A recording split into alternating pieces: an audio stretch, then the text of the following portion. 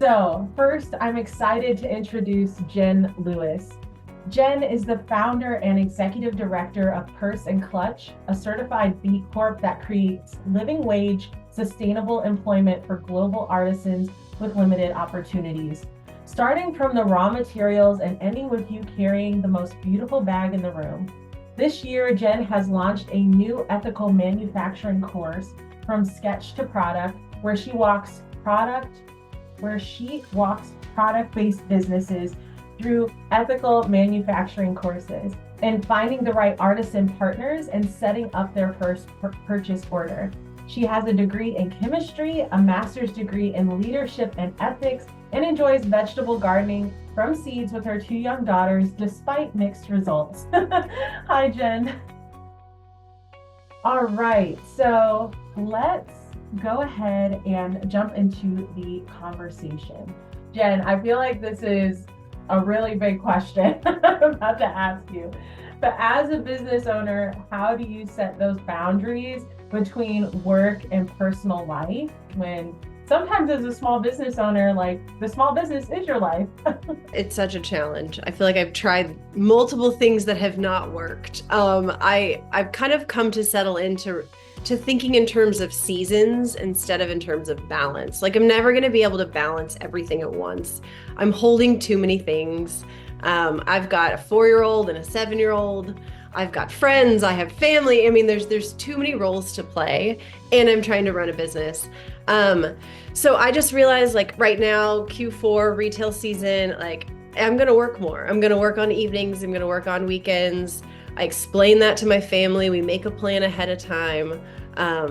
Try to make sure that my husband is well resourced when we go into these weekends when I'm not going to be there if I'm doing, whatever open studios. I find that to be really helpful. Or as I'm traveling more for business, I find what's actually nice about travel is that I'm just playing one role at a time. I'm just an entrepreneur, and I personally enjoy traveling. So it feeds into that. So I feel like anything I can do to really separate out my roles and not try to do them at the same time, then I do them well. Otherwise, I don't do them well. So like if I'm being a mom and I'm in mom mode, I don't try to do a quick Instagram comment or do a quick something for work because I just can't do both well. So then like, even for example, like after this panel, like I'm going to go pick up my daughter in about an hour. So instead of scheduling something between the panel and picking up my daughter, I'm going to, you hear me talk about going for a walk a lot. It's finally nice weather here in Austin, Texas. So I got to get out while I can. But so I'm going to go for a walk so that when I go and pick up my daughter, I am not trying to hurry up and finish something before, but that I'm like truly like present as a mom because I've created some of that transition time. And then I find when those urgent things do come up when I'm with my family, if I can tell them like, hey, I need to take care of something for 10 minutes. I'm gonna go back to my room. I'm gonna let you guys play, if it's safe. And I'm not trying to do both. Again, I feel like any way that I can communicate that to them and really model to them, okay, I'm gonna take a step back from being a mom for a second, and then I'm gonna go work. The other thing that I find that is helpful for me is being really proactive about self-care. And I feel like self-care can almost be this like greenwashing term where it's like, go take a bubble bath. Like, I don't really like bubble baths, but like figure out what that thing is that feels really life-giving and incorporate it into your week. So for me, it's a circuit workout class, and it's on Tuesdays and it's on Thursdays. It's 45 minutes, and it's like I'm lifting heavy things and I'm thinking about nothing else but if I can lift a heavy thing. And I find that to be really helpful, and I prioritize those. I think it's easy to think like, oh, I'll let someone else schedule a meeting with me because it's just a workout class.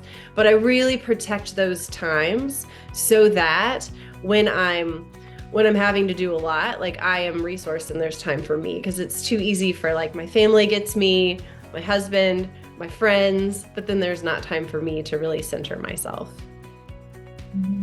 That is such a good point. And like you said, it's so easy to just be like, oh, it's just my workout class. Like I'll just take this meeting, and not realizing how much that kind of helps you think clearly or bring more creativity to your business, or just let the steam off like we were talking about earlier. And a lot of times I feel like we or underestimate how flexible other people can be. Like we don't have to be the only flexible person in the room. Like someone might just be like, I just threw out of time. Like I'm happy to meet anytime, you know? So just having that ability to, kind of protect your time when you can is really, really helpful. Okay, so we've talked a lot about mindset and some real practical strategies on how can you figure out what you need to be working on. So I just really want to thank Luis. I want to thank Jen for coming and sharing so many great tips, their expertise. We hope you all feel a little bit more prepared with some of the tips, tricks, tools, and just mindset shifts to bring in this time management into the new year.